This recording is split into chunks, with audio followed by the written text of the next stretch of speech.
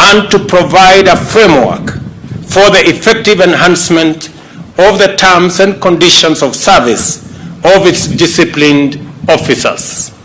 And I undertake that my administration will ensure that we review the law and provide the opportunity for a professional correctional service.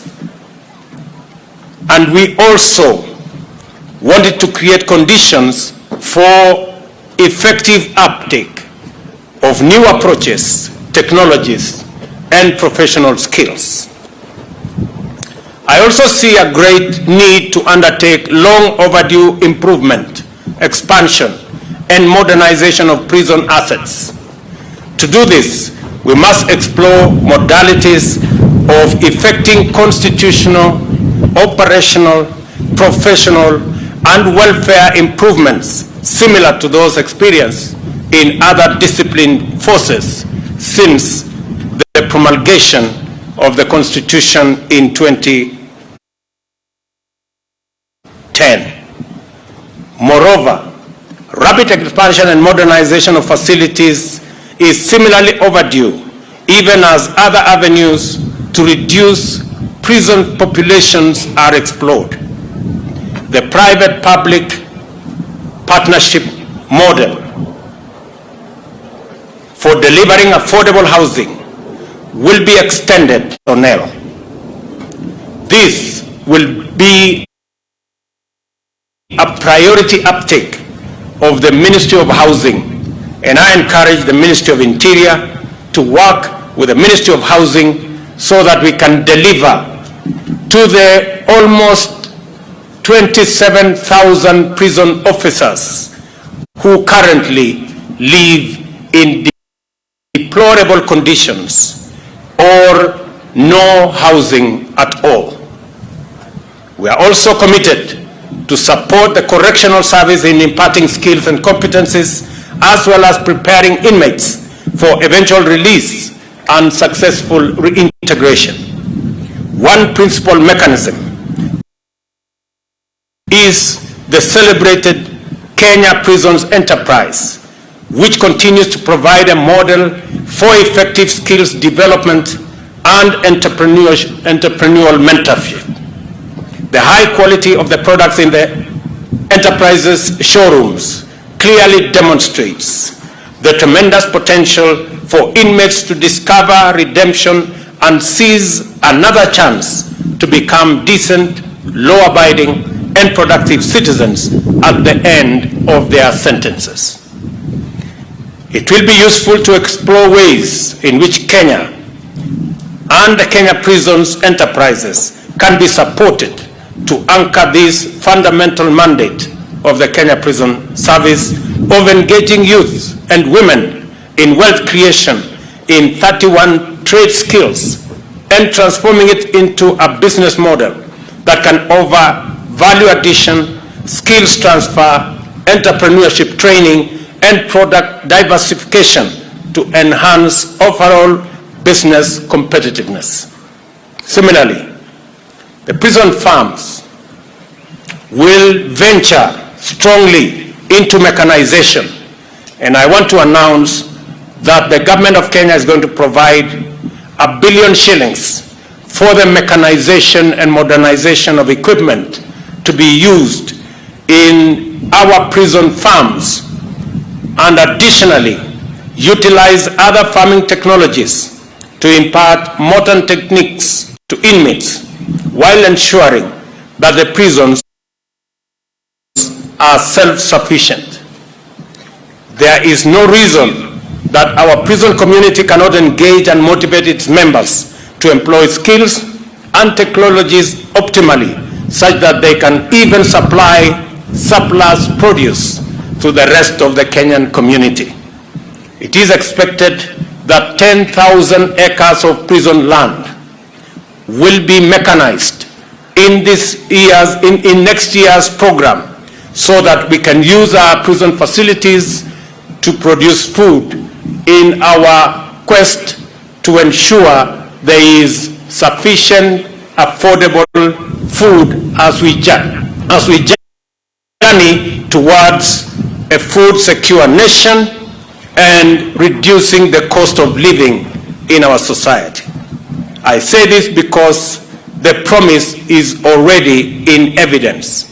I commend the prison service for donating 36 tons of maize and cash, Kenya shillings 500,000, from Magereza Sacco, made to Kenyans who are threatened with starvation. I want to thank you for this gesture, and may the Almighty God bless you.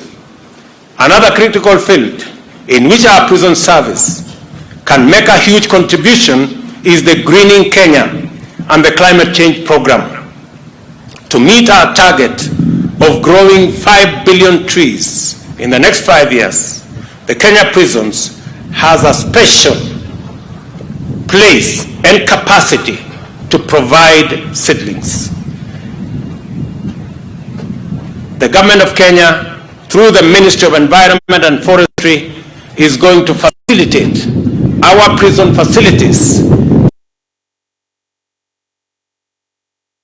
to be able to produce additional seedlings to cover the deficit that currently exists on the number of trees that are seedlings that are available for this program. I am encouraged to note that you already have 1.2 million seedlings, including 30,000 fruit trees. This demonstration of initiative also points to the positive direction of possibilities when Kenya Prison Service is properly engaged. I also commend the service for implementing the prison child care policy. We will support the enhancement of the policy to make it robust enough in recognizing the fact that the children involved are innocent and free. We must, as a matter of justice, do all we can to make sure that their lives are not adversely impacted in their formative years owing to their mother's incarceration. To the graduates, you need no reminding of the high office that you will assume after completing your training and the immense responsibility that comes with the oath of office that you have sworn to.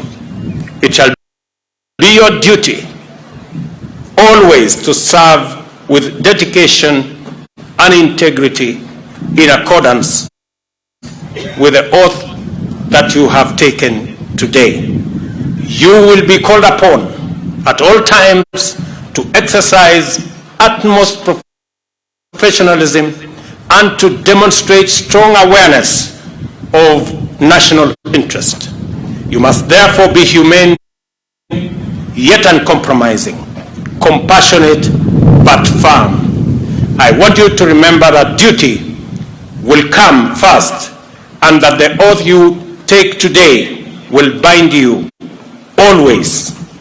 On this note, ladies and gentlemen, I want to confirm that the Ministry of Lands will, with dispatch and expediency, work with Kenya Prisons and the Ministry of Interior to secure all pieces of land and to ensure that they are surveyed and titles issued to secure them so that we can use these facilities for the good of our correctional services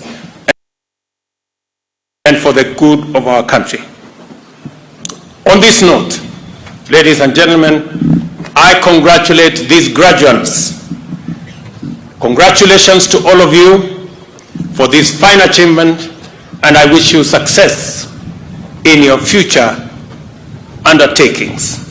And I want to confirm to you that it is our plan to ensure that we enhance the professional capacities, ensure that there is continuous career progression, ensure that the terms of service of all our prison officers, like all our disciplined forces, are taken care of, and ensure that new technologies and new capacities are built to make sure that all that serve in our correctional service have the professional capacity and the wherewithal and the infrastructure to deliver on the correctional services for our country.